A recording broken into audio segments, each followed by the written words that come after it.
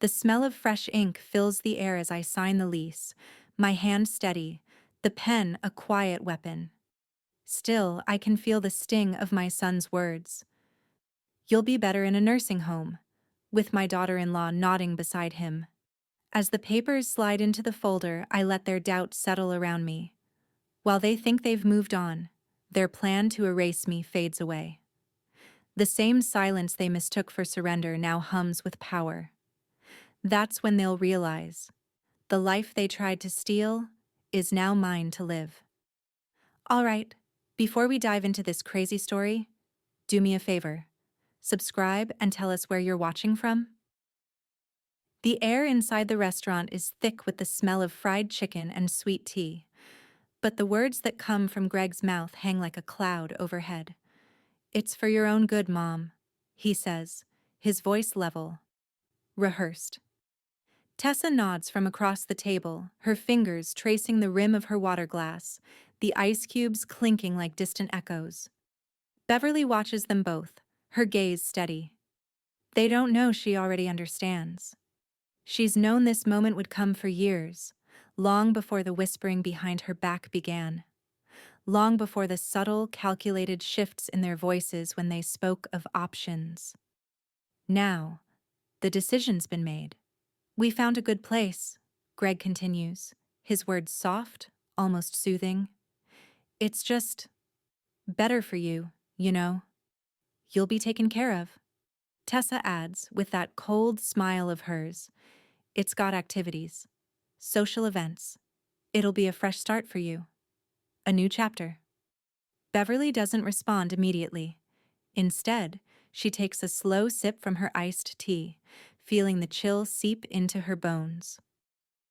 She lets the silence stretch between them, knowing full well what this all means.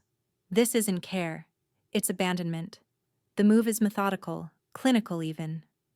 Tessa, with her trademark precision, organizes every detail. She doesn't give Beverly a chance to even ask where things are going. She packs the books, the framed photographs, the trinkets that made Beverly's house feel like home, and sends them away like relics from another life. Greg, standing in the doorway, says nothing. Not a word of protest, not a word of comfort. He's the shadow in the background, trailing behind Tessa as she calls for boxes, checks lists, and checks out. Beverly's jewelry, her pearls, her rings, vanishes first. She doesn't ask where it went. The second she saw the last of it disappear into one of those boxes, she knew. She knew it wasn't for her anymore. The facility they drop her in feels like an assembly line. The walls are painted an unremarkable beige, the halls echo with the muffled shuffle of shuffleboard and idle chatter. The people here are faceless, their voices a dull hum, each one a stranger trying not to look too long at another. Her room is sterile, clean, but utterly devoid of life. She glances around. Her books? Gone. The chairs that had once been arranged by the window, where she used to sit and watch the world pass by, now empty and replaced with cold, metal furniture. There is no photograph of her family on the dresser, no painting of the lake house she once loved. She's a shadow in a room that doesn't even bother to remember her name. A single, small nameplate on the door reads, Beverly Lane, but it's almost an afterthought, as if it were hastily added. She can't help but feel invisible. It's not just the lack of personal touch that stings, it's the total erasure of her being. They've taken everything she is, everything she was, and filed it away. Sadie arrives that afternoon, her face etched with confusion and hurt. She stands in the doorway of the room, her eyes wide as she surveys the emptiness. The walls seem to close in on them both as she steps inside, her arms crossed tightly against her chest. They acted like you died, Sadie says, voice tight, struggling to hold back tears. I can't believe they did this to you. Beverly says nothing, simply nodding. There's nothing left to say. Her granddaughter's pain is palpable, but Beverly won't let it show on her face. She has learned long ago that showing hurt only feeds their expectations. So she watches Sadie, her eyes calm but sharp, like a hawk surveying its surroundings. The doorbell rings later, and Beverly's heart skips a beat when she hears Ruth's voice. "Brought pie!" she calls out as the door creaks open. Ruth's visits are few and far between these days, ever since the family decided it was better for Beverly to leave her home. But Ruth still comes, her loyalty unbroken. "Pie?"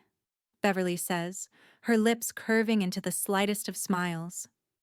"Pie," Ruth confirms, pushing through the door with a determined air. She surveys the room with her usual no-nonsense expression, her eyes flicking over the clinical surroundings. She doesn't bother with pleasantries. "You planning to rot or rise?" Beverly doesn't respond at first, letting the weight of the question linger. Her fingers graze the edge of the windowsill, tracing the small cracks in the glass. She turns her head, looking out into the gray sky beyond. There's nothing about this place that's hers. Not the view, not the air, not the room. But she'll make it hers. She'll rise. She'll rise in ways they can't even imagine. "I'm watching what they think I can't see," Beverly whispers, her voice low but filled with something dangerous. Ruth doesn't ask for clarification. She knows better. She simply sets the pie down on the table and hands Beverly a fork. "Just don't wait too long. Your turn's coming." The pie tastes sweet, but there's bitterness underneath it all. And Beverly knows that her real work is just beginning. As the door clicks shut behind Ruth, Beverly sits quietly, her hands folded in her lap. Her eyes drift to the door where Tessa and Greg had left her earlier. It's not their words that hurt her the most. It's what they didn't say, what they didn't even care to notice. In this room, she will rebuild. In this place, she will not disappear. And one day, they'll know it. But for now, the silence is a canvas, and she's already starting to sketch her future in the quiet. The game is just beginning. The fluorescent hum of the facility's community room barely covers the sound of Beverly's fingers tapping against the armrest. She's perched in front of one of the shared computers, a relic from 2008, its monitor faintly buzzing, and her expression is unreadable. On the screen, her online bank statement. Her pulse ticks upward as her eyes follow the neat, betraying digits. $40,000 gone. Labeled Transfer Family Emergency Fund. The timestamp is from 6 weeks before the "you'll be better off" lunch. She doesn't breathe for several seconds. Then, slowly, she exhales. Her son hadn't even waited until after she was boxed up. Later that evening, a nurse passes through the hall humming softly, pushing a cart of pill cups and lukewarm decaf. Beverly waves her off. "Already took mine." The nurse nods and keeps moving. The tablet Sadie brought her sits hidden beneath a stack of Reader's Digests. Beverly unlocks it with a passcode only Sadie knows. A notification pings. Social media, muted but bright enough to sting. There it is. Tessa, standing in a spotless marble-topped kitchen, her hand posed on the counter like she owns the world. Caption: "Finally finished the dream remodel. Hard work pays off." Behind her, Beverly recognizes the backsplash, the pattern she'd chosen for her own home 10 years ago. Another post follows. Greg, grinning awkwardly into the camera, giving a shaky video tour. Tessa really outdid herself. Open concept, quartz, new fixtures. We're finally living right. Beverly presses pause when the camera pans across the corner. The copper kettle, the one she bought in Charleston. A gift from her to him, engraved faintly at the base. For patience. Someday you'll find it. Now it glows on their new stove. Spotless, performative, stolen. Her tablet buzzes again. A message from Sadie. Sadie. Recognize anything? A screenshot follows. Greg and Tessa's perfect kitchen, their perfect smiles, her perfect silence reflected in every polished surface. Beverly's lips tighten, but her eyes stay calm. Her thumb hovers over the keyboard for a moment before she types only one word: everything. Minutes later, another text from Sadie. They think you're not looking. Beverly stares at the screen for a long time, then opens a drawer and pulls out a small notepad, the kind they hand out for bingo scorekeeping. She begins writing names, dates, account numbers. She sketches a rough diagram of her estate: the house, the land, the accounts. Each line connects to another, and at the center, she writes in clean, deliberate cursive: reclaim. Ruth arrives the next morning with coffee and gossip. She plops herself into the chair opposite Beverly, a ray of unfiltered daylight cutting between them. You seen the newsfeed lately? Ruth asks, half a grin under her breath. Tessa's showing off like she won a sweepstakes. Beverly turns the tablet toward her friend, the open image of the new kitchen filling the screen. Ruth whistles low. Well, hell. They're upgrading off your dignity, Bev. Beverly gives a single, slow nod. They've mistaken quiet for surrender. Ruth chuckles, but there's steel behind it. So what now? I write, Beverly replies. Then I call Roy. That afternoon, Pastor Roy Temple sits across from her in the small visiting lounge, the same calm weight he once carried into courtrooms resting now behind his eyes. He removes his glasses, polishes them with a handkerchief, and studies her face. You sure you want to revisit the trust? He asks. Beverly folds her hands in her lap. I want to revisit what happens to everything I built once I'm gone. It seems my family has already made use of it. Roy's expression hardens. They moved money? 40,000. She says it evenly, like reading attendance in her old classroom. They called it an emergency. I call it theft. Roy opens his notebook, his pen scratching swiftly. We can amend the trust. Lock it under nonprofit oversight, with you as primary authority until I say otherwise. Beverly finishes. He nods. That's doable. Anything else you'd like to include? Her gaze drifts toward the window, the gray parking lot beyond, the line of trees shaking in the wind. Then she looks back, voice steady. Yes, I want it written plain. She leans forward slightly, the old-school principle in her still alive and formidable. No inheritance shall pass through those who erased me while I lived. Roy's pen stills. He looks up at her, the corners of his mouth tugging just slightly. You always did know how to make a sentence sting, then make it permanent. When he leaves, Beverly returns to her room. The beige walls look the same, but the air feels different now. Charged, deliberate. She opens the notepad again and draws a small box next to the word reclaim. Inside it, she writes two initials, BR, Beverly Lane and Ruth Vaughn. Co-signers, co-conspirators, old women with sharper edges than anyone expected. The fluorescent hum returns, low and constant, but Beverly barely hears it. She's already elsewhere, picturing a house with her name still faintly etched on the deed, the sound of her son's voice when the realization hits. Her hand doesn't tremble as she closes the notebook and tucks it beneath her pillow. They took her comfort, her things, her silence. Now she's taking back the story. And somewhere, deep in Greenville, a renovation built on betrayal is already cracking at the foundation.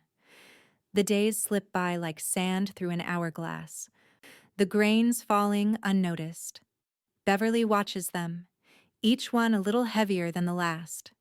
Greg's visits have grown increasingly infrequent. At first, it was once a week. A phone call here, a quiet visit there. He'd sit in the uncomfortable chair by her window, offering perfunctory updates on work and his busy schedule. But now, it's once a month. The last time he came, he stayed barely 20 minutes, his hand shifting awkwardly between his coat pocket and his coffee cup, as if he couldn't decide whether he should be here or somewhere else. When he left, there was no hug, no "see you soon," only the faint click of the door behind him. He never mentioned the kitchen renovation again. Tessa hasn't been here at all. Instead, she's sending the occasional Amazon package, a box of slippers, a few jars of jam, nothing personal, nothing real. Beverly knows that Tessa has moved on. She's built her new life, one where Beverly is a footnote, a distant obligation now fulfilled. And still, those care packages arrive, sealed with the same detachment as the check for her latest emergency fund. Beverly looks at the packages and laughs bitterly to herself.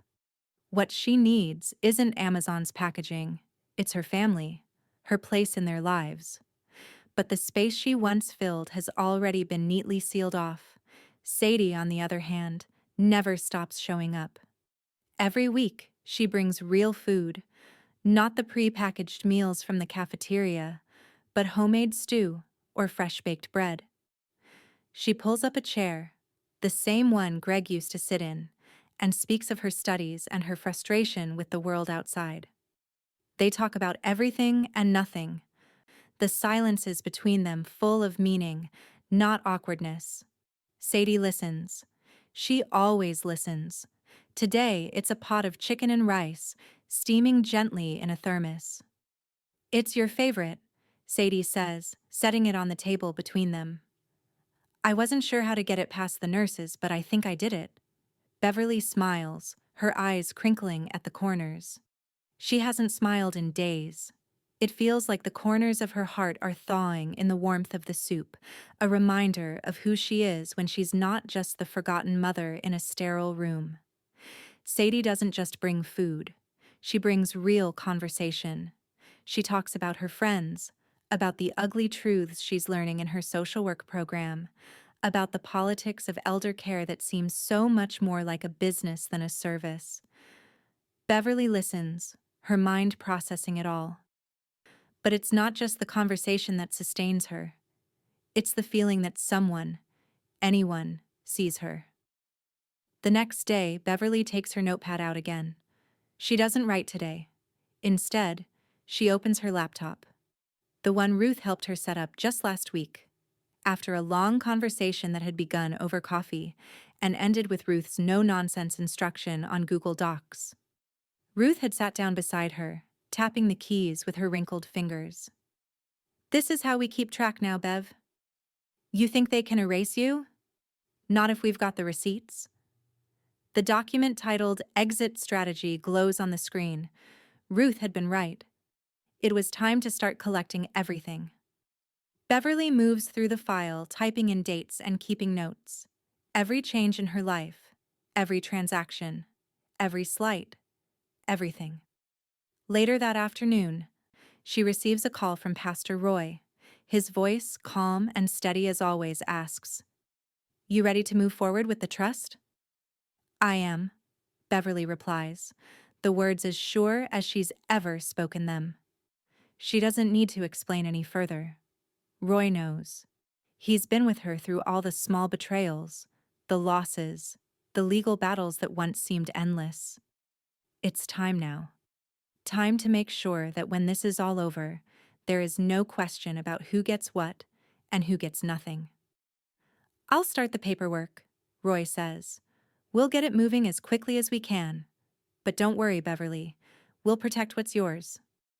That evening, after the call ends, Beverly returns to her laptop and updates the will. She adjusts the percentages. She could have left everything to Sadie, but she doesn't want to erase what the world could be for her granddaughter. Instead, 60% of the estate is going to Sadie, a young woman who still believes in things like justice and loyalty. The rest? It's going to the county's Elder Dignity Project, the one Beverly had always dreamed of, but never had the energy to create before. She's going to create it now. Her hands don't shake as she hits save. She's done more than simply update a document. She's laying down a marker. And then, just as she's about to close the file, her phone buzzes. It's from Sadie. "I found something. You need to see this." Beverly's stomach tightens. There's only one thing that could be important enough to warrant an urgent message. Her thumb hovers over the screen, and then she taps the notification. Sadie's message is followed by a link to a real estate listing. The pictures flash across the screen. The old family home, now gleaming with new hardwood floors and marble countertops. Beverly's heart races. The home they sold without her knowledge, the one she built her life in, is now an advertisement for someone else's dream. Want to know where it's going? Sadie's text follows. The message is clear. They think they're done with her. But Beverly isn't finished yet. Beverly's fingers brush against the thick stack of legal papers in front of her, each page heavy with consequence. She sits at a small round table in a modest, well-lit corner of the co-op she's quietly made her own. The sunlight cuts through the curtains, bathing the room in a soft glow. A stark contrast to the cold, clinical place she used to call home. The air smells different here. Fresh, like possibility. Pastor Roy sits across from her, a calm presence as always. He's already explained the documents, but Beverly reads them again, her eyes tracing the words carefully. Quitclaim deed, property title.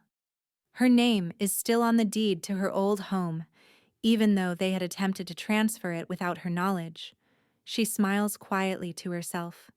They forgot one thing. "Everything looks good," Roy says, pushing the final page across to her. "Sign here, and you'll have legal ownership once again." Beverly picks up the pen, the click of the clicker sharp in the silence between them. She signs without hesitation, the ink solidifying her claim. The house, the land, the home she built with sweat and heart. It's hers again, legally speaking. She doesn't need to tell Roy how satisfying this feels. The moment the deed is back in her hands, it's no longer a transaction, it's a reclamation. "I'll file this immediately," Roy says. "It'll take a few days for everything to process, but you'll be listed as the sole owner again." She thanks him, her voice a little quieter, a little colder than usual. The weight of the act settles on her shoulders, but it's not a burden. It's a shield. The phone rings 3 days later, breaking the stillness of the early afternoon. Beverly's gaze flicks to the screen. It's a call from her old bank. A simple notification, the kind she's received a dozen times before. But this time, it's different. "Hi, Beverly. We're just calling to let you know that your mortgage application has been rejected. We've come across an issue with the title." The voice on the other end hesitates. "There seems to be a complication with the quitclaim deed. It's not fully processed through the county yet. We'll need some clarification from you." Beverly doesn't let the rest of the message register. Her mind is already working, piecing together what this means. She hangs up the phone, a quiet smile tugging at the corner of her lips. It's happening.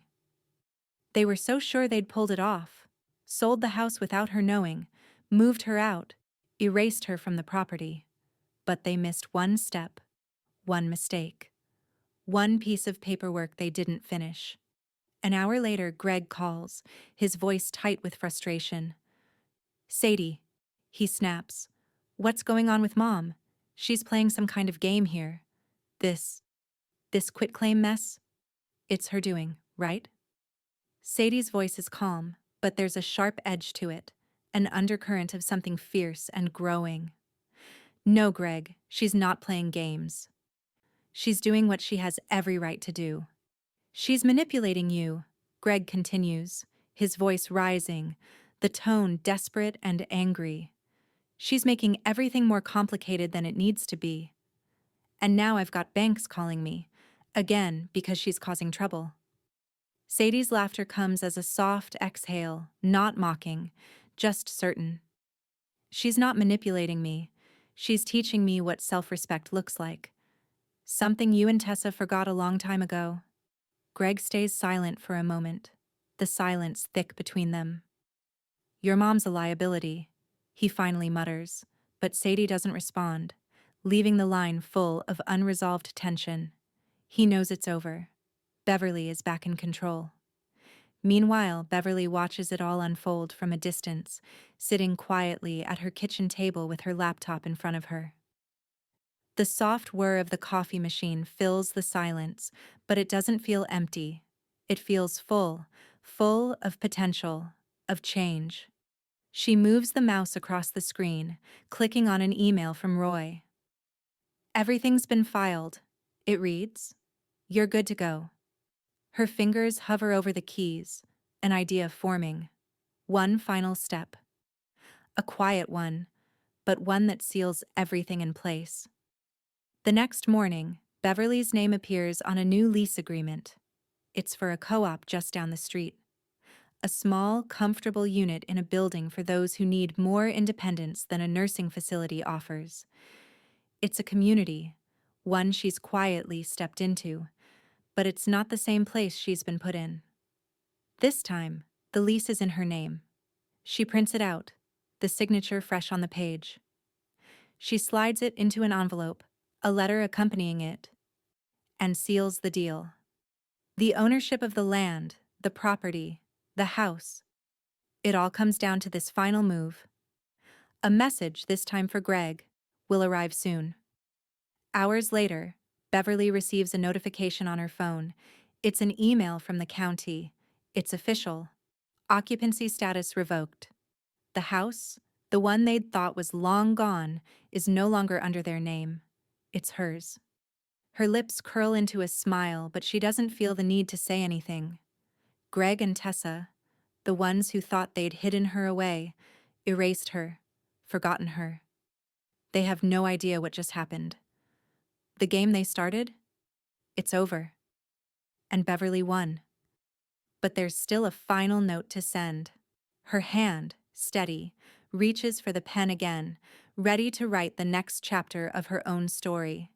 And when Greg sees it, when he finally gets that notification, he'll know, without a doubt, that this time it's her name on the lease, her name in the papers, and there's nothing they can do to take it away.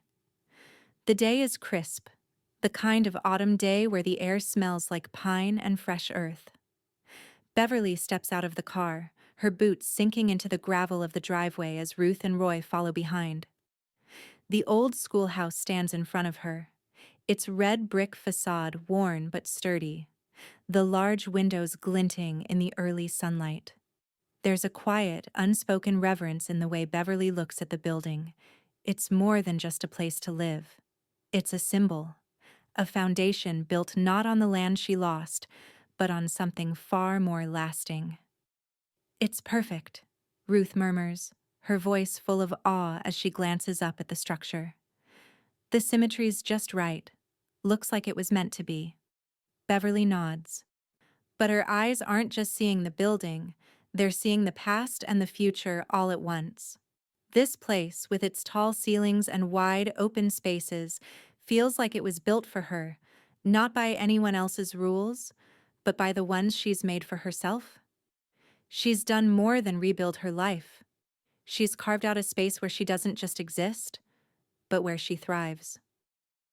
Roy glances at the lease in his hand, a satisfied smile tugging at the corners of his mouth. Lease secured. Titles hidden under the nonprofit clause as we discussed. This place is yours, Beverly. Not just mine, she says, her voice steady, eyes fixed on the building. It's for others like me. They all stand in silence for a moment, the weight of the gesture sinking in. Ruth, ever the pragmatist, is the first to speak again. You're sure about this? The county won't try to take it back? Beverly glances at Roy, who nods reassuringly. Everything's above board. The nonprofit will make sure the property stays protected. A small, satisfied smile curls on Beverly's lips as she takes one last look at the schoolhouse. Now, her future. The same hands that once crafted lesson plans and chalkboards now lay the foundation for something far more important. The moving truck arrives later that day.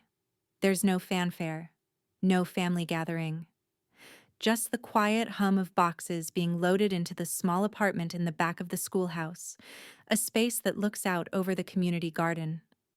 Sadie helps, her hands steady as she directs the movers, the boxes filled with the remnants of Beverly's life. Books, a few pieces of furniture, photographs, and a carefully packed trunk of memories. No one asks for a speech or a toast, it's simply a transition, and it feels right. Sadie glances over at her grandmother. "You okay?" she asks quietly, though there's a knowing warmth in her eyes. "I'm more than okay," Beverly replies, her voice calm and confident. "I'm building something better than they ever expected." Tessa's friends start gossiping the moment they see Beverly's name on the co-op's public community board. Beverly had already noticed the look of surprise in the eyes of the people who walk past her apartment, the ones who once saw her as an afterthought, a fragile relic. "I thought your Emil was in care?" one of Tessa's friends asks, her voice low, as if she's trying to piece the puzzle together in front of Beverly's eyes. Beverly can't help but smile. "She was," Ruth interrupts, her voice sharp but not unkind. "Now she's in charge." The words hang in the air, resonating like a challenge. Beverly doesn't need to add anything more. The truth is clear. She's not just surviving, she's thriving. And she's done it without their permission, without their validation. Later that evening, after the final box has been unpacked and the last photograph placed on the wall, Beverly stands by the window, looking out at the community garden below. The schoolhouse is still, but it's full of potential. The light is fading, but the view stretches out into the horizon, where new beginnings have already started to bloom. Sadie comes up beside her, standing silently for a moment before speaking. "You really did it." "I did," Beverly replies, her voice quiet but firm. "I don't need to return home. I built something better." Sadie smiles, a mix of admiration and wonder in her eyes. "You've taught me more than any class ever could." Beverly doesn't look at her granddaughter. Instead, her gaze stays fixed on the horizon, where the world still holds its breath, waiting for her next move. The sound of the wind picks up, rustling the leaves in the garden below. And for the first time in a long time, Beverly feels like the weight of the world is no longer pressing down on her. It's no longer about what they took. It's about what she's built. And she knows that whatever happens next, no one can take that from her. And in the distance, the whispers of Greg and Tessa begin to fade. They think they've won. But Beverly knows the truth. She's built a foundation on her own terms now, one that's impossible to shake. The world is waiting. And Beverly Lane is more than ready to take her place in it. Beverly stands at the window of her new apartment, looking out over the community garden. The light is soft this morning, the early rays filtering through the trees and casting long shadows over the ground. She takes a deep breath, not the sterile, chemical-laden air of the facility she left behind, but something richer, something with depth. The scent of pine and earth wafts in through the open window. It's a small thing, but it's her own. For the first time in what feels like forever, she feels the weight of the world lift off her chest. The room is simple, but it's hers. There's no hospital-grade furniture, no institutional walls, just a space with tall windows, quiet, and bookshelves she carefully filled with the few books she could carry with her. The shelves sag slightly under the weight of them. Stories she's lived, stories she's loved, stories she's kept hidden away for too long. She exhales, turning toward the corner where a chair waits by the window. It's the same chair she'd had in her old home, worn and faded but comfortable. It's in this chair where she'll sit and finally exhale the remnants of everything they took from her. Everything they thought they could erase. The camera on her phone clicks, capturing the sunrise over the garden. She types a short label beneath the photo. Re-entry. It's not just a new beginning. It's a return. A return to herself. Ruth comes by later, as she often does, her footsteps loud in the hallway, echoing like the arrival of something familiar. The door creaks open, and Beverly looks up from where she's settled in the chair, her feet tucked beneath her. The late afternoon sun dapples her face. "How's it feel?" Ruth asks, standing in the doorway with a cup of coffee in hand, her eyes scanning the room. There's no judgment in her expression, just curiosity, and perhaps a quiet pride. Beverly lets the question hang for a moment, as if she's weighing the depth of it. "Like I never needed permission," she replies, her voice steady, the words tasting like something sweet she's long awaited. Ruth laughs softly, shaking her head as she steps inside. "I knew you'd get there." She places the coffee on the table beside Beverly and takes a seat across from her, looking out the window at the garden. The silence between them is comfortable, and Beverly is grateful for it. No need for words. This moment speaks volumes. Later that evening, Beverly's phone vibrates on the table, a message lighting up the screen. She picks it up, expecting to see something from Sadie. But instead, it's a text from Tessa. "Tessa. Just checking in. Hope you're well." Beverly stares at the words for a long moment. Her fingers hover over the screen, the weight of it almost overwhelming. "Hope you're well." It's a polite formality, like someone sending a postcard to a stranger. Tessa doesn't ask about her health, her life, or what she's doing now. She's just checking in. Beverly doesn't reply. The phone rings an hour later. It's Greg. His voice is sharper than usual, and Beverly can hear the strain in his tone. "I spoke with Pastor Roy," he says, without preamble. "I need to know what's going on with the inheritance. You haven't answered any of my calls, and this whole situation is getting out of hand." Beverly leans back in her chair, closing her eyes for a moment, letting the silence stretch out. She feels a quiet satisfaction at the shift in his voice. The desperation. They thought they could make everything smooth, easy, under the surface, and now it's coming to light. The things they thought they could ignore. She doesn't say anything for a long beat. Finally, Pastor Roy's voice comes through, low but clear, even over the phone. "That's not your business anymore," he says. The calmness in his tone is almost an anchor. "You're not entitled to anything, Greg. It's been settled." There's a long silence on the other end of the line before Greg speaks again, this time quieter, more defeated. "I should have known," he mutters, the bitterness in his words like a slow burn. Then, the call ends abruptly, leaving Beverly to stare at the phone screen as if it's some kind of strange artifact. She places the phone down slowly, the weight of it settling over her. It's done. She is done being a footnote in their lives, and the confirmation feels like a heavy, final exhale. Sadie comes by later, as she always does. Her energy a steady hum in the background of Beverly's newfound peace. The two of them sit together, eating dinner in the small kitchen nook, a soft glow from the lamp above. They talk about school, about the future, about the world beyond the walls of this new home. Their laughter fills the room, warm and easy, and Beverly realizes it's been a long time since she's had this. "Maybe I'll move into the unit next door," Sadie says between bites of salad, glancing over at Beverly with a playful smile. Beverly raises an eyebrow.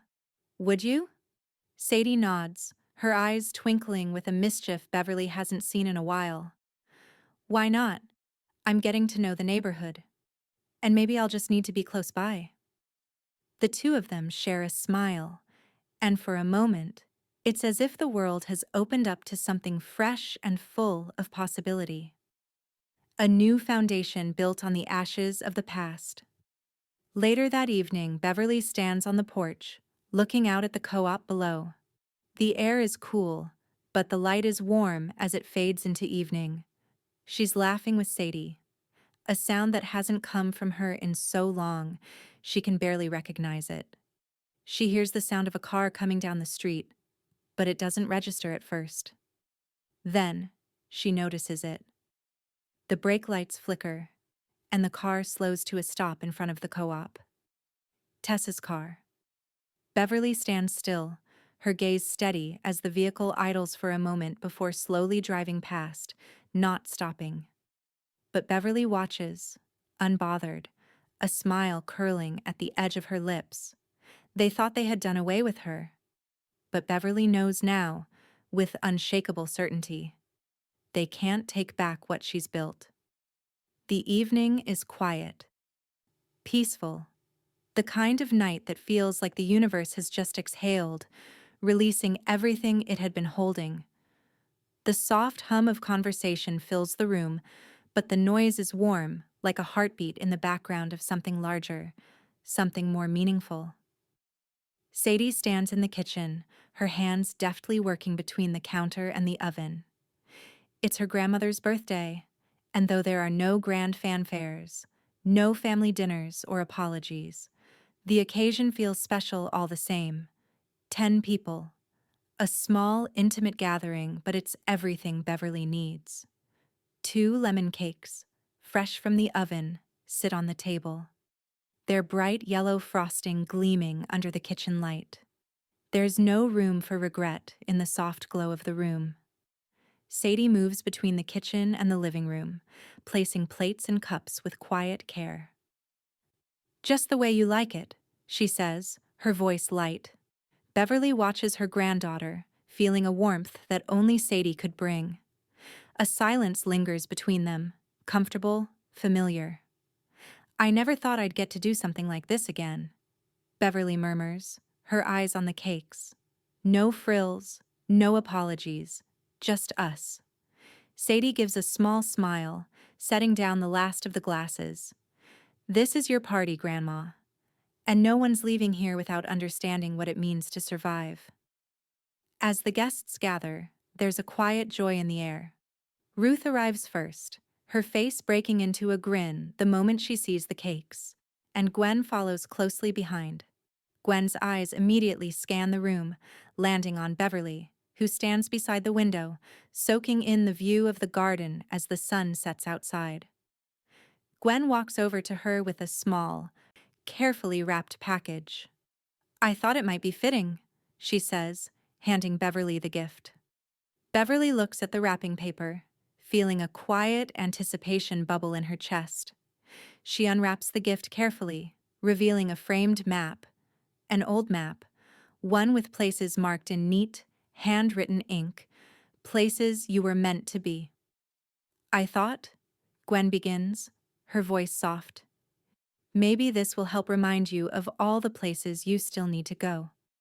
Beverly takes in the map, the significance not lost on her. Places you were meant to be. It's more than just a gift. It's a reminder, a declaration. She's here now, in this place she's built with her own hands, and there are still more places for her to find. "Thank you, Gwen," Beverly says quietly, her voice thick with emotion. There's a gratitude here that runs deeper than just the present moment. She feels alive in a way she hasn't in years.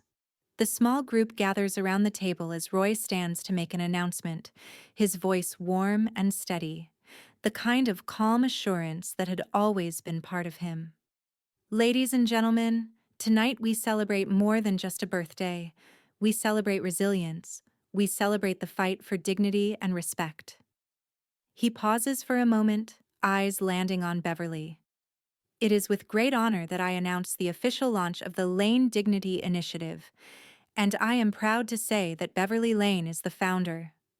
A wave of applause ripples through the room, and Beverly stands for a moment, taking it all in. The Dignity Initiative. It feels surreal, but it feels right. She never asked for any of this, but here it is. A movement that will live beyond her, helping others like her who have been dismissed, ignored, and forgotten. Sadie moves beside her, placing a hand on her shoulder. "You did this," she whispers. "This is just the beginning." Beverly nods, her eyes moving toward the window, seeing not just the garden, but the future. A future she's taking control of. Later that evening, as the guests begin to mingle and the cake is cut, Beverly's phone buzzes with a notification. She glances at it, seeing that Tessa has posted something new. Elder abuse is real, and it happens quietly. The words are sharp, accusatory. A clear statement, though Beverly knows who it's meant for. It's a public post, the kind of message that sounds like Tessa trying to make a point, trying to paint herself as a victim, even now. But Beverly isn't fooled. Tessa's words are an attempt to mask the reality of what they've done. Sadie sees the post too, her face hardening as she picks up her phone. "She thinks this is going to silence you?" she mutters, scrolling down to a response. Sadie types quickly, her fingers flying over the screen before she sets the phone down in front of Beverly. "So does survival." The words hang in the air like a challenge, a statement of truth. Beverly can almost feel the weight of it. She takes a deep breath, letting the finality of it settle into her chest. The next morning, the photos from the dinner start appearing on the co-op's community page. People share them with their friends, posting comments about the quiet dignity of the event, about the strength that Beverly exudes even in the most casual of settings. The pictures show Beverly, smiling, laughing with her friends, her posture straight. A woman who had not only survived, but had risen. One of the photos goes viral, the simple act of Beverly sitting at the table surrounded by friends becoming a symbol of strength and renewal. Tessa sees it too, no doubt. Beverly doesn't need to know the exact words Tessa's saying, but she imagines them. She knows how it feels to be left behind, how it feels to be underestimated. But what Tessa doesn't know is that Beverly's name is now etched into a much larger story. And soon, Greg calls. "Greg, she's not going away." Tessa's voice is tight on the line. Greg's response comes low, almost reluctant. "I don't think she wants to." And Beverly, sitting quietly on her porch, her eyes fixed on the horizon, knows that they may have underestimated her once. But now, it's their turn to watch. She's not going anywhere, not anymore. Beverly's fingers hover over the last page of the will. The ink from the pen feels different now. Heavier, more deliberate, the weight of every word sinking in. She runs a finger along the signature line, then sets the pen down, taking a moment to absorb what's in front of her. This is the end of one chapter and the beginning of another, and this page marks the final act of her story. At least, the one that belongs to them. Every clause is ironclad, every exit sealed. Nothing is left to chance, no room for second guesses. The decisions she's made are as cold and deliberate as the pages themselves, but there is no anger in this act, no bitterness. The rage that once simmered within her, stoked by years of neglect, is now gone. In its place is something far more powerful: certainty, clarity. She leans back in the chair, breathing in the calm of her new home, the space where she's rebuilt her life. A new chapter written on her own terms, where no one can ever erase her again. Later, Pastor Roy sits across from her at the small kitchen table, the trust papers between them, the last of the legal formalities to finalize. His presence is the same as it always has been, calm, steady, and unwavering. He's the one who helped guide her through the murky waters of her past, and now he's here to anchor her future. "All set?" Beverly asks, her voice smooth, almost distant. "Everything's in order," Roy confirms, his gaze sweeping over the papers. "The no reversal under pressure clause is locked in, and we've added the Foundation's protection under nonprofit status. No one can alter this, no matter what comes." Beverly nods, her mind already several steps ahead. This is her safety net, her fortress. He pushes the papers toward her, the weight of them now, not just legal, but symbolic. She doesn't hesitate as she picks up the pen once again, signing with a steady hand, each mark final, irreversible. With that, the last of the paperwork is done. The next few days unfold in their quiet intensity, the satisfaction of completion grounding Beverly's every step. She spends her mornings in the garden, her evenings in the cozy nook by the window, the one that offers the perfect view of the community below. Life goes on, but the world feels different now. The air somehow more hers, more her own. And then, a few days later, the first of the letters arrives. It's a crisp envelope with Greg's name on it, and when Beverly opens it, she finds a single ceramic pitcher tucked inside. A small, seemingly insignificant thing. Plain, unadorned, but with a tag on it that reads, "For appearances." The words send a ripple of recognition through her chest. It's exactly what she expected. The symbolic nothingness of their gift, an empty gesture wrapped in false formality. She places it down on the counter without a second thought. Its presence a reminder of the hollowness she's left behind. Roy calls later that week, his voice low over the line. "Just letting you know, everything's been filed. Tessa's inheritance, 0. Greg's, the pitcher. The rest is as you asked. Sadie's got 60% of the estate, and Ruth signed on as honorary co-director of the foundation." Beverly leans back in her chair, her hand resting lightly on the armrest, her heart steady. There's no pleasure in this. No satisfaction from watching them lose what they thought they were entitled to. It's just what had to happen. It's just right. "I'm glad it's over," she says quietly, though there's no bitterness in her voice. It's just the calm after a storm that had been brewing for years. "There's one last thing," Roy says. "Tessa's mortgage application got rejected again. The credit check triggered an audit. Looks like they're starting to feel the weight of their actions." Beverly doesn't respond immediately. She can hear Roy's voice, the quiet sympathy in it. But for Beverly, it's just another part of the story she's long left behind. She isn't interested in their struggles, in their self-made misery. The world they built on her back is crumbling, but she won't be around to witness it. Not anymore. The morning after, Sadie comes over to visit, the sun still low in the sky, casting a warm glow across the co-op's garden. She sits beside Beverly at the table, the same place they'd shared their first real conversation in this new chapter. There's something in Sadie's gaze, something quiet, knowing. "Grandma," Sadie begins, hesitating just a little. "I found something. It's from 2 years ago." Beverly looks up, her brow furrowing slightly. Sadie holds up an old letter, its edges creased, the handwriting unmistakable. It's the letter Beverly had written, the one she never thought they'd open. Sadie hands it to her, and Beverly takes a moment before reading the single line. "You said I'd do better elsewhere." "I did." For a moment, Beverly simply stares at the words, the depth of them settling in like a stone sinking into water.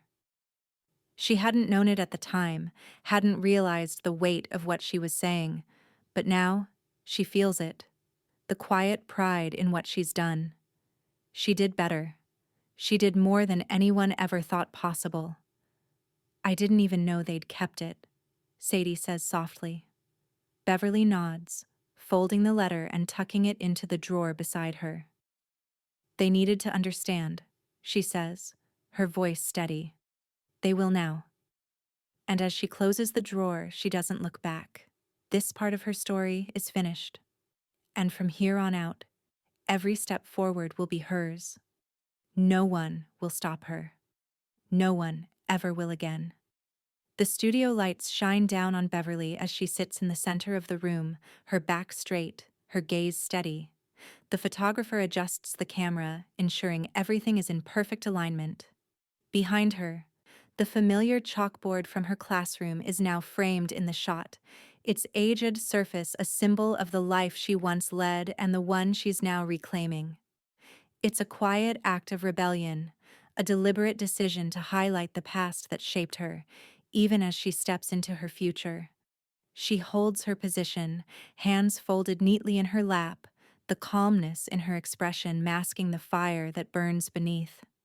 This is her moment. A snapshot of the woman she's become, the woman they thought would fade away. The click of the camera echoes through the space, and Beverly breathes in deeply, letting the moment settle into her bones. This photo isn't just for her, it's for the world. It's proof. Proof of her resilience, her refusal to be forgotten. The woman in front of the camera is a testament to everything she survived, everything they tried to erase. The photo is soon published, making its way into the pages of the local magazine. It's part of a feature titled Women Who Refused Quiet Endings. Beverly's portrait appears on the second page, the photograph of her standing strong against the backdrop of the chalkboard. The caption reads, Beverly Lane, a legacy built on lessons, both taught and learned. Sadie's voice rings in her mind as she flips through the article later that week, her words echoing with quiet pride. They didn't bury her. They just underestimated her. Beverly nods to herself. The words feel like an understatement, but they ring true in a way that feels like finality. She's not the woman they tried to silence. She's not the one they thought would fade into the background. She's the woman who outlasted them all. Gwen reads the article later that evening and smiles, her eyes gleaming with admiration. She sits with Beverly in the living room, the soft light from the lamp casting a warm glow. She didn't just come back, Gwen says, shaking her head in wonder. She redefined return. Beverly smiles, her expression soft but resolute. It wasn't about coming back, she says quietly. It was about building something new. The next day, the ripple effects of the article spread beyond the co-op's small circle. Greg walks into a doctor's waiting room and glances at the magazine left on the table in front of him. The page is folded back slightly, the headline catching his attention. He picks it up absent-mindedly, and his eyes scan the feature. His breath catches when he sees the photo. Beverly, looking out at the world with steady eyes, a woman reborn. He doesn't mention it to Tessa when he gets home. It's almost as if the sight of her staring back at him from that glossy page unsettles him in ways he doesn't fully understand. It's a reminder of what he didn't see when he looked at her. The woman who wasn't simply surviving, but thriving. Later that month, Pastor Roy receives an email invitation to speak at a National Elder Justice Conference. The subject line is clear: Elder Advocacy, standing for those who cannot stand alone. He opens it, scanning the details before his eyes stop at the last line. We'd be honored if Beverly Lane, founder of the Lane Dignity Initiative, would join us as a featured speaker. He leans back in his chair, a sense of quiet pride filling him as he considers the weight of it. Beverly's name, her work, has finally reached a national platform. She is no longer the quiet woman in the back, the one who'd been left behind. She is now the one giving the speeches, shaping the conversation. A few weeks later, the final confirmation arrives. Beverly's portrait, the one taken in the studio, is selected as the cover for the conference's program. She stands there, smiling gently, the chalkboard behind her a subtle but powerful reminder of her past, now a symbol of the legacy she's built. As the date of the conference draws closer, the reality of it begins to settle in. Beverly, once forgotten and dismissed, is now the face of a movement. She is a leader, an advocate, and most importantly, she is a woman who has reclaimed her life, her voice, and her dignity. The night before the conference, Beverly stands at the window of her apartment, looking out over the city. The streetlights flicker below, a quiet hum in the distance. She takes a deep breath, letting the weight of everything settle into her chest. She's done what they thought was impossible. And tomorrow, the world will see her for what she truly is, a woman who never needed their permission, and one who, in the end, didn't just survive. She thrived. And now, there's no going back. The letter arrives on a rainy afternoon, the type of rain that falls in sheets, heavy enough to drown out the world outside. Beverly holds it in her hands, the envelope crisp, its contents thick with finality. Estate closed. No further access. It's simple, direct, and everything she'd planned for. She sets the letter down on the table, taking a moment before placing her signature in the designated spot on the copy that will go to the courts. The air in her co-op is heavy with silence, but it's not the kind of silence that suffocates. It's the kind that fills a room with peace, the kind that tells you something is over. The estate is hers, and Greg and Tessa will never see a penny of it. The inheritance they expected, the one they thought they were entitled to, is now a closed door. She leans back in her chair, her hands still resting on the table. It wasn't rage that drove her, not anymore. It was clarity. She had never asked for this fight, but now that it was over, she could feel the weight of her own victory, steady and sure. The next morning, Tessa's email arrives. The subject line is sharp, desperate. Surely there's something. She reads the message once, then twice, the words swimming in front of her. It's clear. Tessa doesn't understand that there's nothing left. Her once smooth, entitled world has shattered, and she's reaching for something that's no longer there. There was, and now there isn't. Pastor Roy's response is simple, his tone unreadable even in an email. He has no room for her plea. For the first time, Tessa's email sits unanswered, the space between the words like a quiet exhale.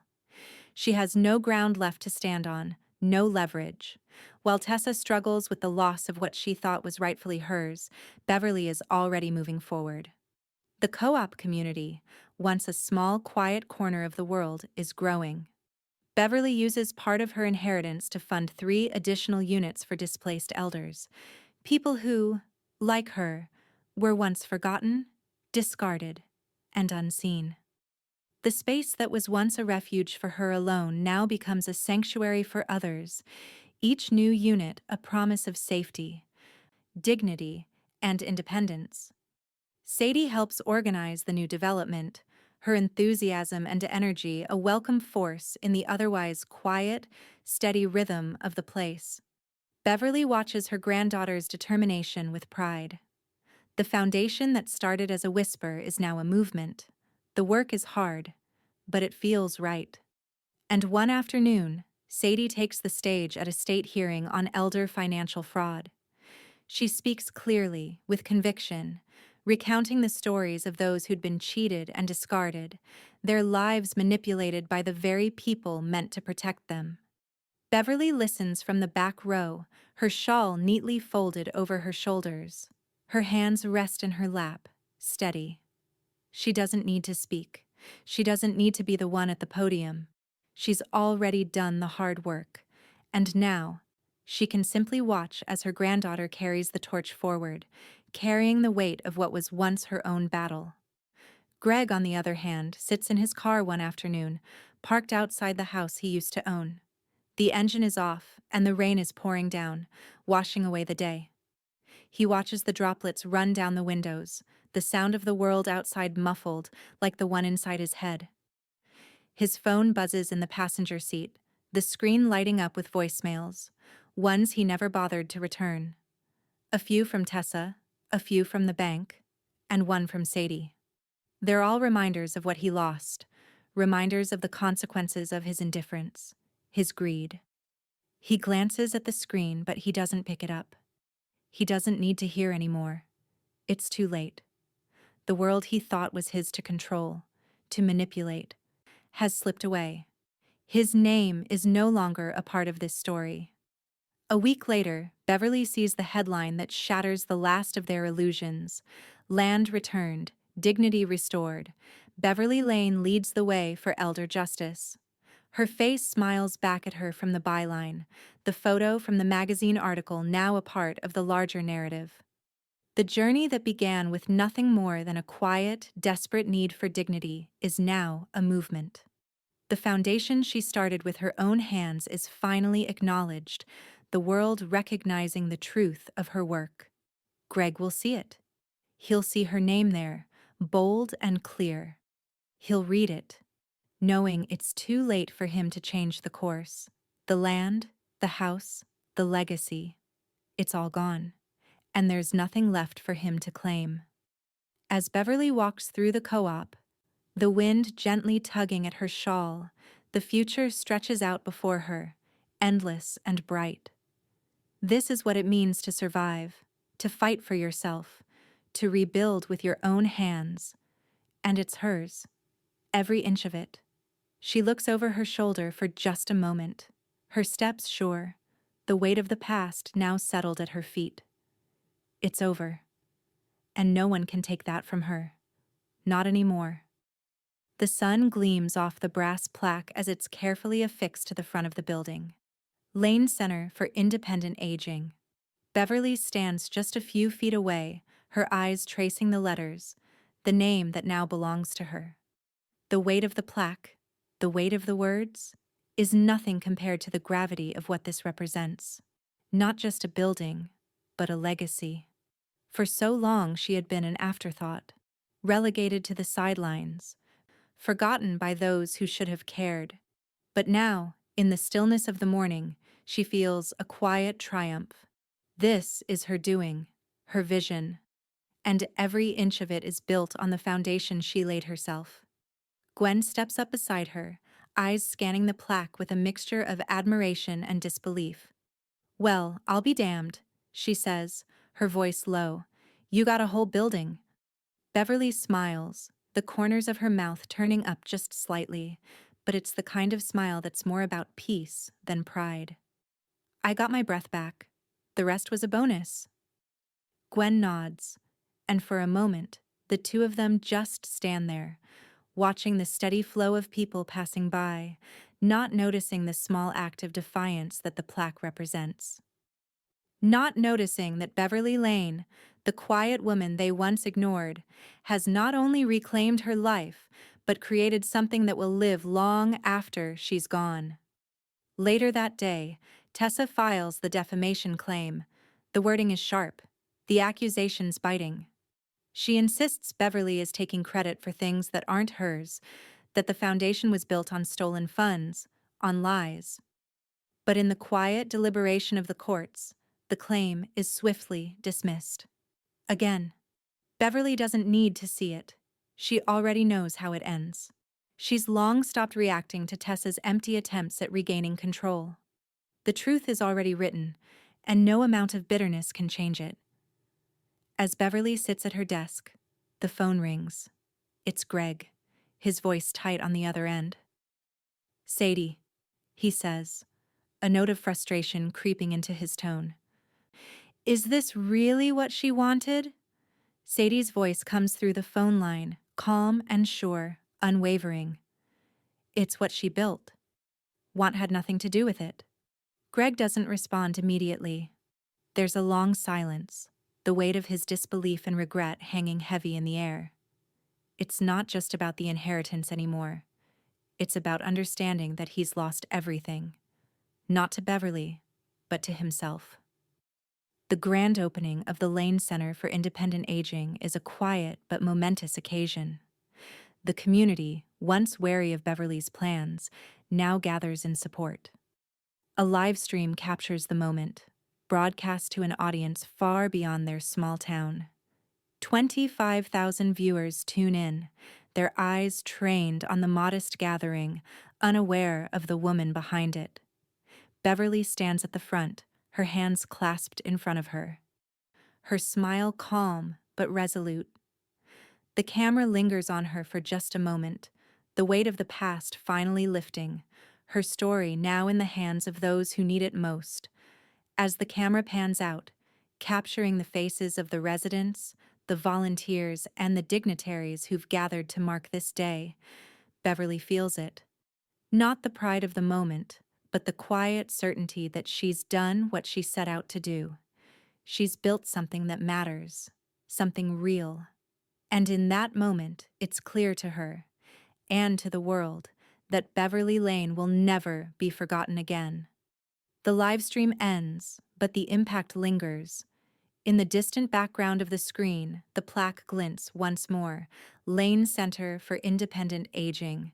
It speaks not just of a woman who overcame her past, but of a future that no one can erase. And the story, hers and theirs, has only just begun. Beverly's fingers hover over the keyboard, the cursor blinking in front of her. She's been working on the manuscript for months, the words flowing slowly, almost painfully, but with purpose. Every sentence is a release, a reclamation of her own story, a story that no one can rewrite for her. No one will ever tell it again without her name at the center. The title is simple but loaded with meaning: Exiled, Not Erased. Beverly leans back in her chair, her eyes scanning the page one last time before hitting send. The book is finished. And though it isn't a long one, just a short collection of essays, it is the heart of her story, the heart of everything she has fought for. Each essay is a fragment of her journey, a testament to resilience in the face of neglect, of erasure. This is her truth, written in ink, and it is no longer anyone's to alter. The manuscript is soon published, and the world begins to see a side of Beverly they never knew. The essays span years of emotional and physical struggles, but they aren't filled with bitterness or rage. Instead, they are reflections of a woman who refused to be silenced, a woman who rose despite the world trying to push her down. It's a story of survival and renewal. It's her story. Sadie writes the foreword, the words flowing from her with a clarity that mirrors the love and admiration she has for her grandmother. She didn't get bitter. She got even, then better. The quote hits harder than any of the essays in the book. It's a direct reflection of who Beverly has become, someone who has not just survived, but has transcended the hurt that was dealt to her. Sadie watches as the first copies of the book are sent out to readers, knowing her words will find their way into hands that need them. The book finds its place in social work and ethics programs across 3 states, used as a guide for students studying elder care and financial protection. It's being read by the people who can't yet imagine the power of their own voices, their own stories. Beverly's work is no longer confined to the walls of her co-op or the quiet space she once inhabited. It's a resource, a tool for change. Meanwhile, Gwen, ever the passionate advocate, teaches a workshop titled Speaking When They Assume You're Done. The workshop quickly gains traction, the power of Beverly's journey sparking discussions that had once been confined to the shadows. Gwen's voice, bold and unapologetic, weaves Beverly's words into the fabric of the social work community. She speaks not just of the lessons in Beverly's essays, but of the actions that came after them, of the foundation, of the lives Beverly touched, and of the legacy she built. But the echoes of Beverly's success are still met with resistance, as Tessa tries, again, to leave a review of the book online, her words snide, bitter, and dismissive. She accuses Beverly of profiteering off her pain, of exploiting the very people she fought for. It's the same narrative she's been telling herself since Beverly's rise, but the review is swiftly removed, as it violates the platform's policy on defamation and harassment. Tessa's voice, once so commanding, is now drowned out by the loud chorus of support that Beverly's work has garnered. Beverly doesn't know about the review. She doesn't need to. The world is moving past the lies, and Tessa's influence no longer holds the weight it once did. A few weeks later, Pastor Roy receives a call from Beverly's publisher, informing him that the royalties from Exiled, Not Erased are being redirected into a rolling elder defense grant, a fund to protect vulnerable seniors from financial exploitation.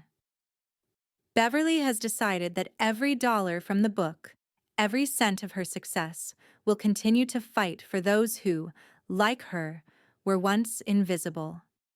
Roy smiles to himself as he signs the paperwork, knowing that Beverly's reach will continue to grow.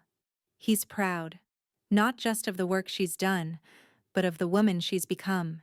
He'd always known her to be a force, but now, that force was shaping the world. Later that evening, Beverly sits in her favorite chair by the window, the weight of the world finally light in her hands. She opens the first copy of the book, feeling the smooth pages, the ink that has finally captured her voice. She flips through it, her fingers tracing each line, each word. She smiles to herself as she reaches the last page. She takes a deep breath, picks up her pen, and signs the last copy. She places it on the shelf in front of her, alphabetized under Legacy. The shelf is full now, full of everything she's built, everything she's become. The work isn't done yet, but for the first time, Beverly allows herself to simply be proud of the woman staring back at her in the reflection of the window. She doesn't need their version of her story anymore. This one, the one she's written herself, is enough. And as the night settles in, Beverly knows this. The future is hers to shape, and no one, not Greg, not Tessa, nor anyone else, can take that from her. The church is filled with soft murmurs, the air thick with the scent of lilies and the distant echoes of a piano playing hymns. Beverly stands just inside the doorway, watching as family members mill about, their conversations punctuated by polite laughter. It's a strange feeling, being here, uninvited, yet not entirely unnoticed. The christening is for her great-granddaughter, the one she's never met, but the one she's watched grow from the outside looking in. It's a family occasion, and yet, in a way, Beverly feels like a ghost here. The side glances from her son and daughter-in-law are enough to let her know she's not wanted. She hasn't been a part of their world for so long, a world where her absence was always assumed, always unspoken. But as she steps into the sanctuary, the warmth of the room embraces her. There is no coldness here, no judgment, not from the other side of the family at least. They see her. They've always seen her. And in the midst of the subtle tension, Beverly feels a quiet strength settle in her bones. She belongs here, whether they want her to or not. Tessa, standing near the back, catches sight of her. Her lips tighten, and she leans in toward Greg. Beverly can hear the sharp whisper cut through the quiet hum of the church. She doesn't belong here. Beverly doesn't flinch. She doesn't react.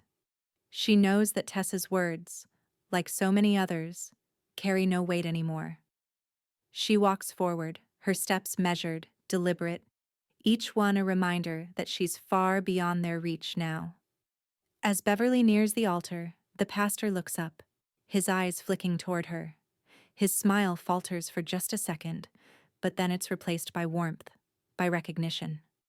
"Mrs. Lane," he says, his voice carrying across the room. "Would you do us the honor of saying a few words?" It's an unexpected invitation, and for a moment, Beverly considers it. But then, the moment passes, and she knows that she doesn't need to speak. Not now, not for them. She shakes her head gently, a soft smile tugging at her lips. Without a word, she stands up, nods once, and walks out. The sound of her footsteps is steady, clear in the silence that follows her departure.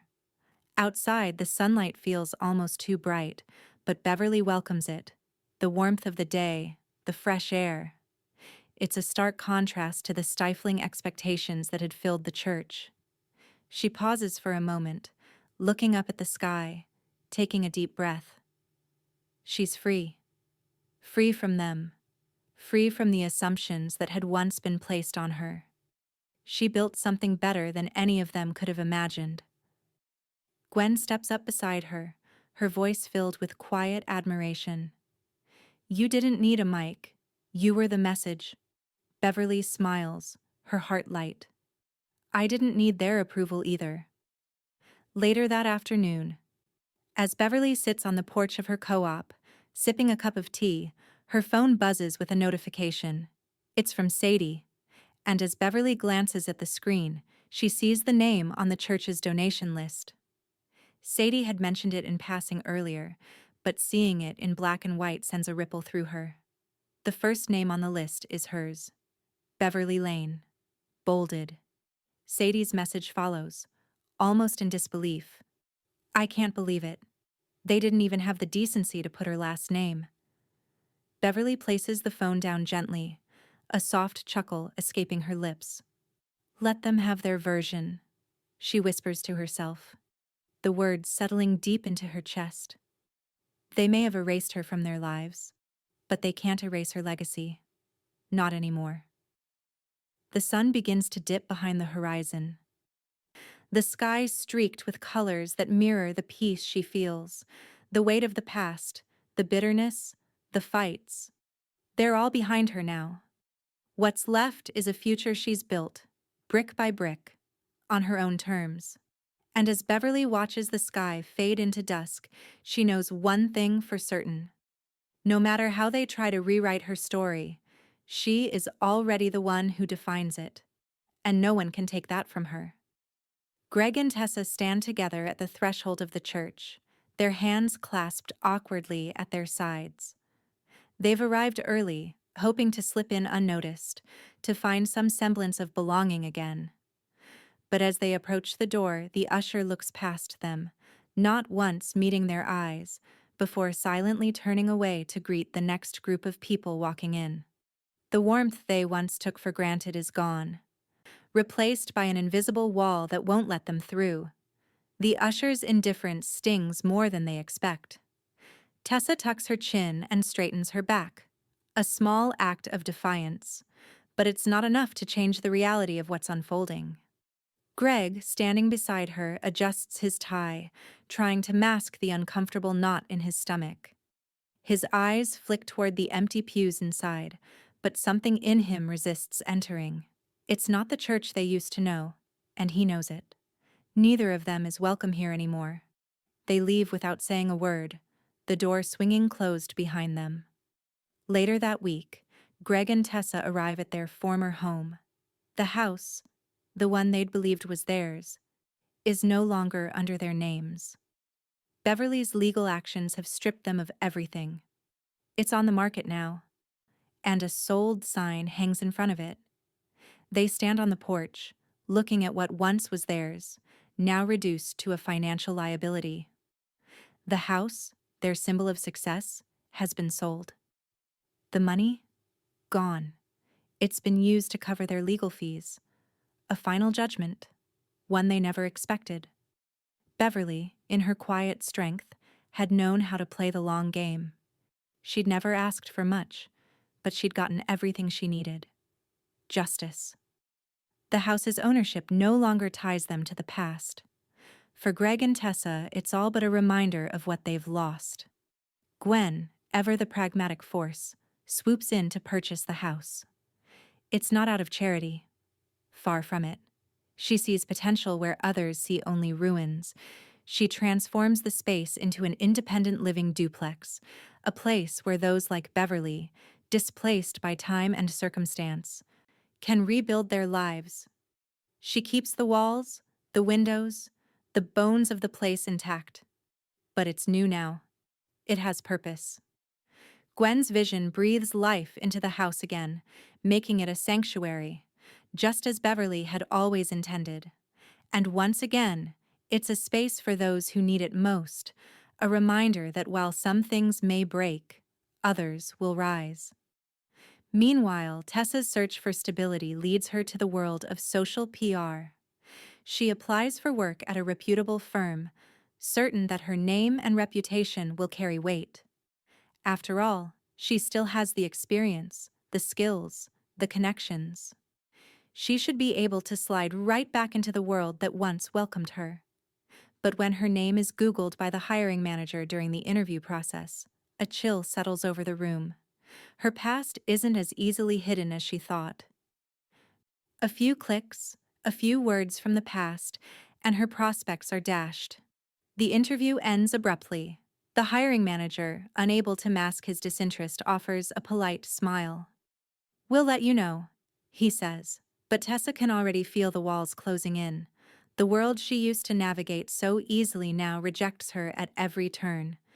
She drives away from the office, the roads outside mirroring the emptiness inside.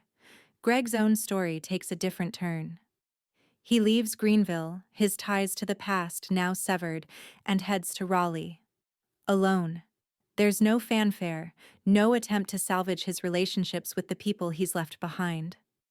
In Raleigh, he finds a small apartment and settles into a life of quiet isolation. There's no community to return to, no one to lean on. The last vestiges of his past, the wealth, the status, the illusion of control, have crumbled. It's not the life he imagined, but it's the life he's made. And the silence that envelops him is the price of his choices. Back in Greenville, Sadie walks through the community garden with her young daughter in tow. The sun is beginning to set, casting a golden glow over the rows of flowers and vegetables. The space has grown in recent years, and with it, Sadie's own sense of belonging. They stop at a bench, worn and sturdy, tucked beneath the shade of a large oak. Sadie points at the plaque affixed to the wood, and her daughter looks up at her, curious. "Grandma's name," Sadie explains, her voice soft but filled with pride. "She's always been here, even when no one could see her." The plaque reads, "In honor of Beverly Lane, founding member of the Lane Center for Independent Aging." Her grandmother's name stands in bold relief against the wood, a tribute not only to the work she's done, but to the life she built from the ground up. Sadie sits down on the bench, pulling her daughter onto her lap. "This is where you'll learn to stand tall," she whispers, looking up at the sky. "The future is bright, and no one can erase what's been built, no matter how hard they try." As the light fades, Sadie feels the weight of her grandmother's legacy settle over her like a cloak. Beverly may not have always been given the credit she deserved, but the world is waking up to the truth. And the truth is this: Beverly Lane will always be remembered. She's written her story, and no one can rewrite it now. The sound of the pen on paper is sharp, final. Beverly sets the last document aside, the ink drying slowly, the weight of the decision settling in. Her co-op is fully paid off now, every last cent of it.